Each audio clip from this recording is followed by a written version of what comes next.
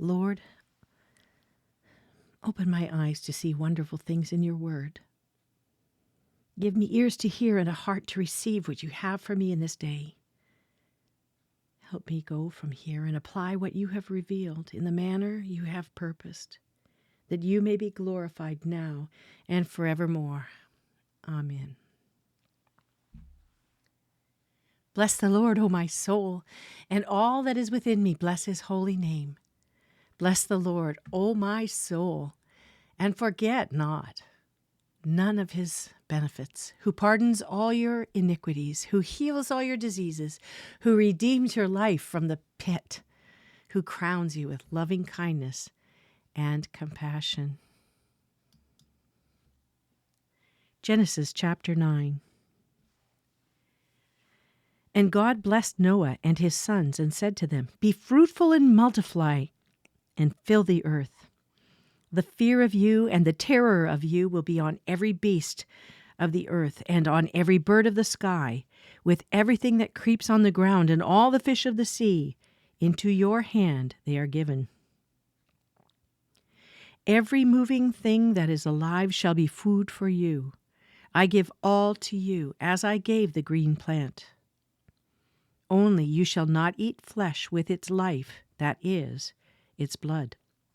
Surely I will require your lifeblood.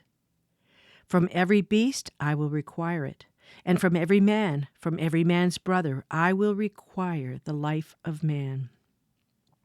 Whoever sheds man's blood, by man his blood shall be shed. For in the image of God he made man.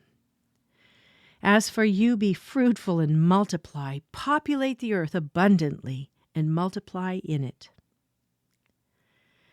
Then God spoke to Noah and to his sons with him, saying, Now, behold, I myself do establish my covenant with you, and with your descendants after you, and with every living creature that is with you, the birds, the cattle, and every beast of the air with you. Of all that comes out of the ark, even every beast of the earth. I establish my covenant with you, and all flesh shall never again be cut off by the flood of the water of the flood, neither shall there again be a flood to destroy the earth.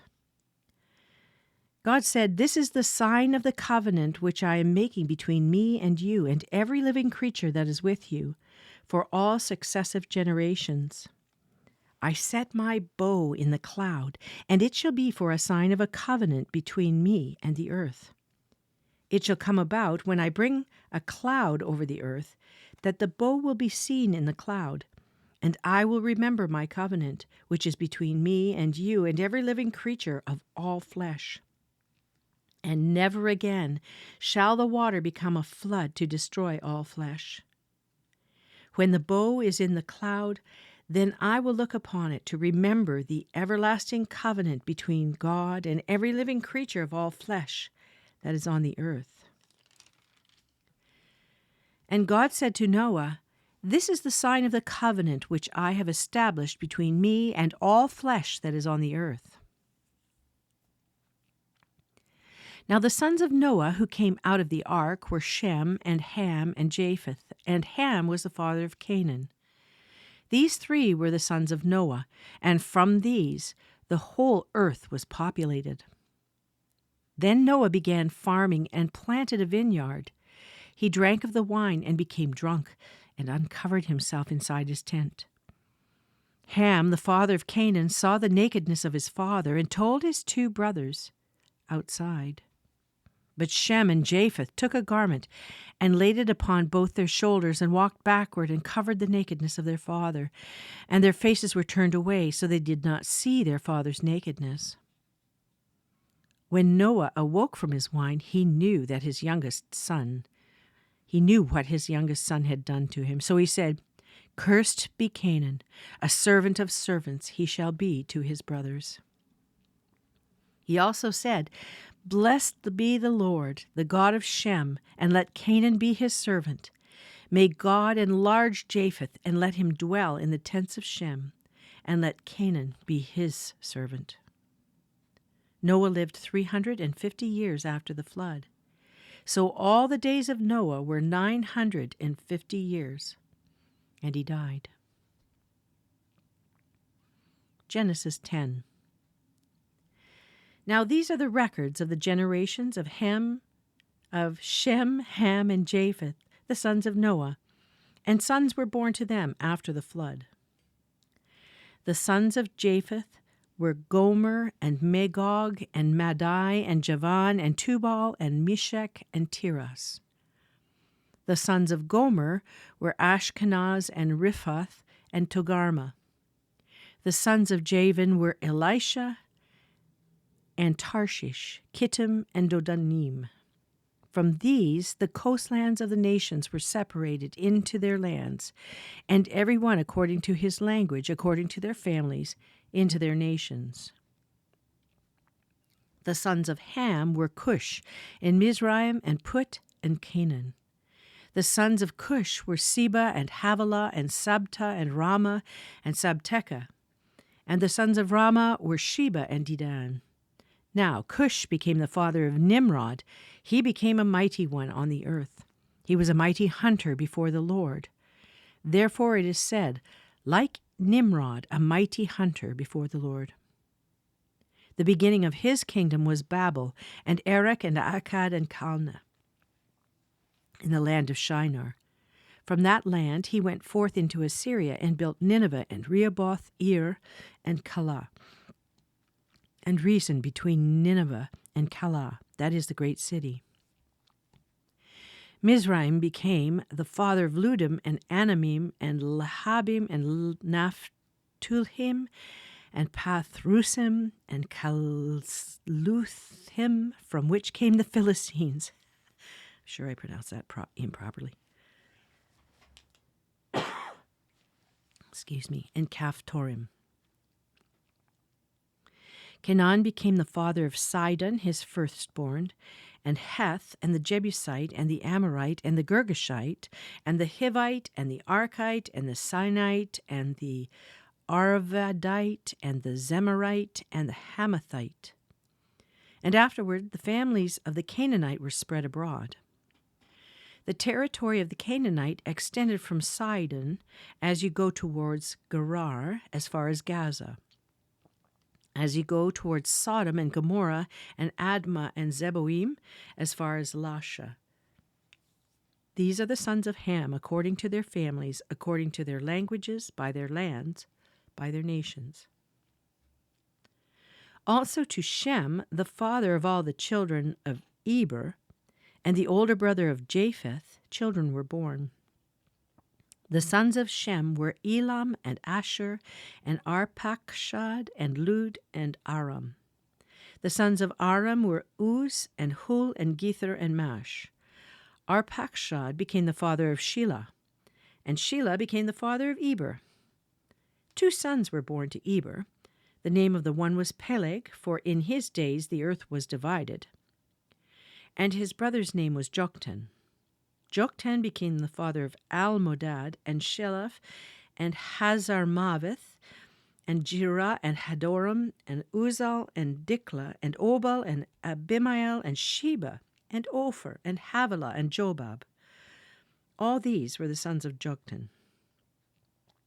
Now their settlement extended from Misha as you go towards Sephar, the hill country of the east. These are the sons of Shem, according to their families, according to their languages, by their lands, according to their nations. These are the families of the sons of Noah, according to their genealogies, by their nations. And out of these the nations were separated on the earth after the flood. Psalm 3, verses 5 to 8. I lay down and slept. I awoke, for the Lord sustains me.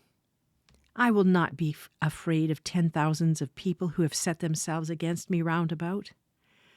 Arise, O Lord, save me, O my God, for you have smitten all my enemies on the cheek. You have shattered the teeth of the wicked. Salvation belongs to the Lord. Your blessing be upon your people. Selah. Proverbs 1, verses 23 to 27. Turn to my reproof. Behold, I will pour out my Spirit on you. I will make my words known to you. Because I called and you refused, I stretched out my hand and no one paid attention, and you neglected all my counsel and did not want my reproof. I will also laugh at your calamity. I will mock when your dread comes. When your dread comes like a storm and your calamity comes like a whirlwind, when distress and anguish come upon you.